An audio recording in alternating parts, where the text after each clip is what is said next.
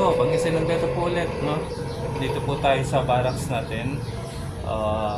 Bisitahin lang natin yung ating, pasensya na tayo sa barracks natin. Medyo magulong barracks. So, bisitahin lang natin yung beta breeding natin, no? Kung napisa na yung mga egg nila.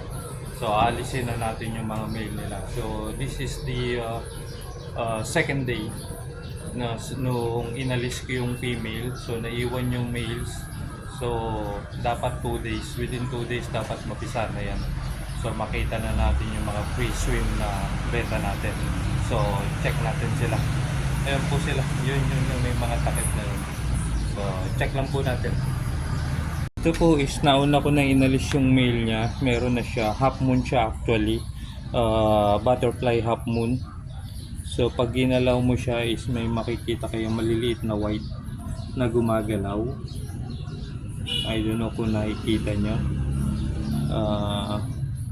Yun po. Yun. Yung mga maliliit na parang puto na yun. Beta fry po yan. Yan. So positive po siya. So this is half moon. Ito pong isa natin is HMPK ito. HMPK siya. So, Yellow Dragon po yung male natin. Ito po ang male natin, Yellow Dragon. So, check natin yung kanyang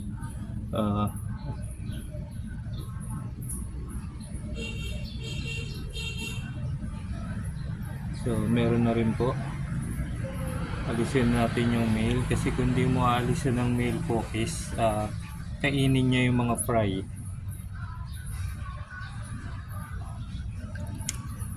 Ito po yung ating male. Yan po siya. Yan. Balik na natin sa tab.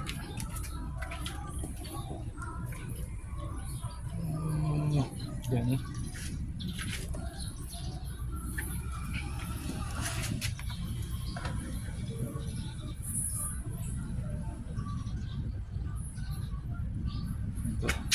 So ito po is ito naman isa is yung aking candy koi na hindi nag-success.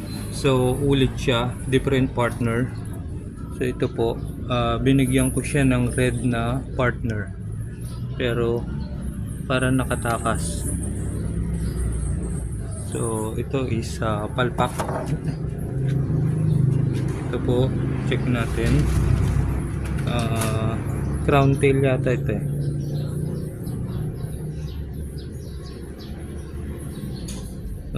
Round tail siya. Yeah, meron na rin siya. So alisin na natin.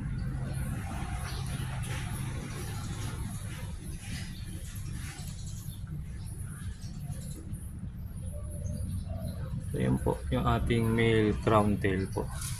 So balik na natin siya. Higit muna natin sa mga tab dito.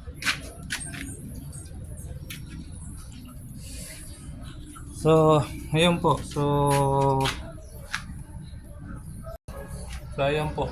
For the meantime, iwan po muna natin sila rito sa pinagpisaan nila. Mga 1 week saka natin ilipat doon sa malalaking batya natin. So, dito muna natin sila palakihin ng konti. So, yan lang po. Pangasinan Beta po. For more updates po, beta breeding natin, iba pang fish breeding natin. Salamat.